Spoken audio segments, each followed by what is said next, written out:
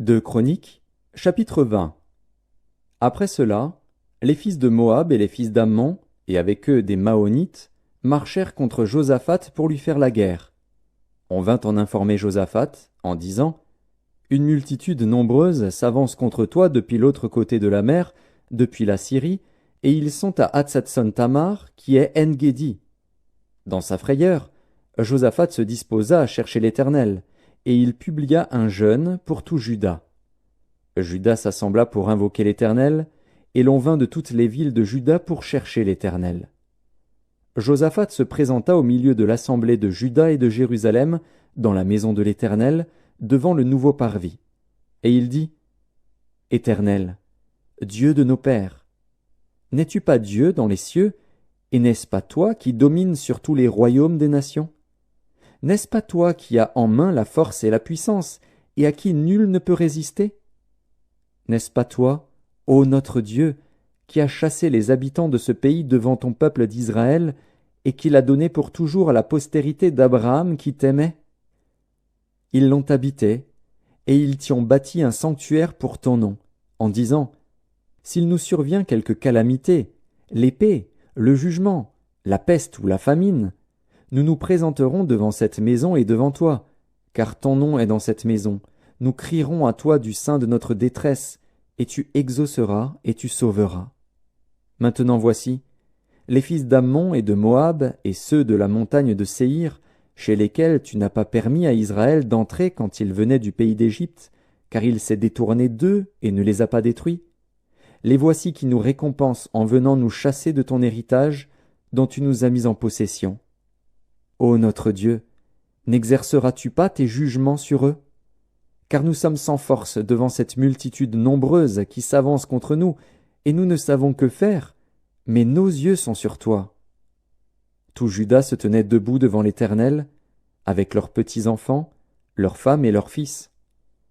Alors l'Esprit de l'Éternel saisit au milieu de l'assemblée Jacaziel, fils de Zacharie, fils de Benaja, fils de Jéhiel, fils de Mattania, Lévite, d'entre les fils d'Asaph.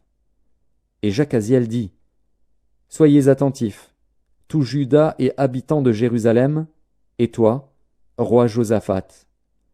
Ainsi vous parle l'Éternel. Ne craignez point et ne vous effrayez point devant cette multitude nombreuse, car ce ne sera pas vous qui combattrez, ce sera Dieu. Demain, descendez contre eux. Ils vont monter par la colline de Tsitz, et vous les trouverez à l'extrémité de la vallée, en face du désert de Jéruel.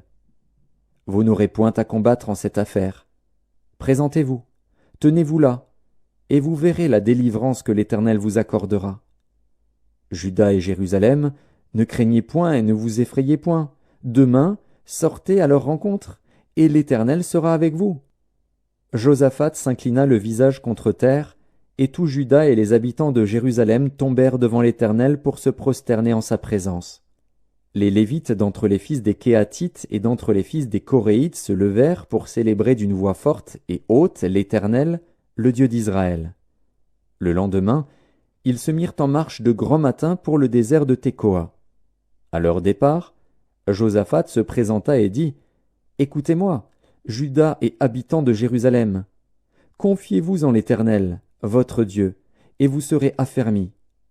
Confiez-vous en ses prophètes, et vous réussirez. » Puis, d'accord avec le peuple, il nomma des chantres qui, revêtus d'ornements sacrés, et marchant devant l'armée, célébraient l'Éternel et disaient, « Louez l'Éternel, car sa miséricorde dure à toujours. » Au moment où l'on commençait les chants et les louanges, l'Éternel plaça une embuscade contre les fils d'Ammon et de Moab et ceux de la montagne de Séhir, qui étaient venus contre Juda, et ils furent battus.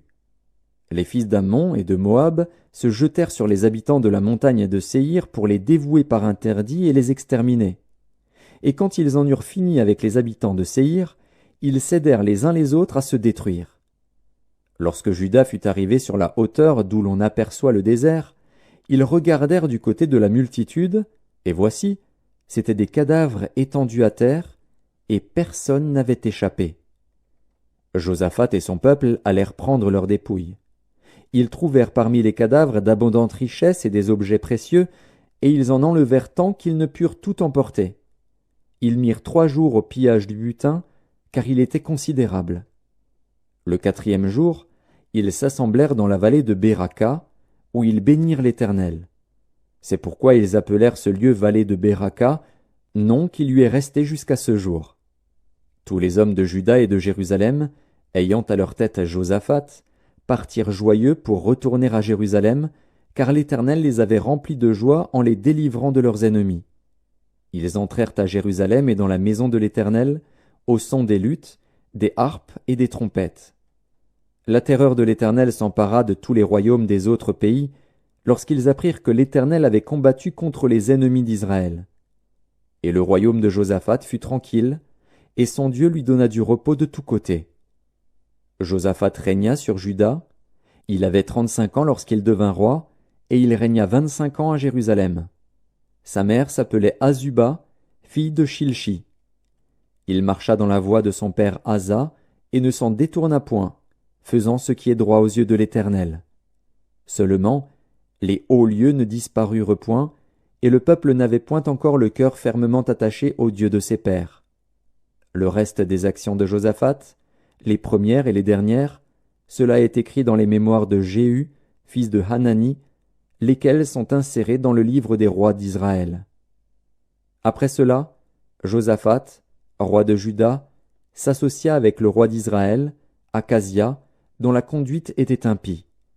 Il s'associa avec lui pour construire des navires destinés à aller à Tarsis, et ils firent les navires à Etjon-Géber. Alors Éliézer, fils de Dodava, de Marécha, prophétisa contre Josaphat et dit « Parce que tu t'es associé avec Akazia, l'Éternel détruit ton œuvre. » Et les navires furent brisés et ne purent aller à Tarsis.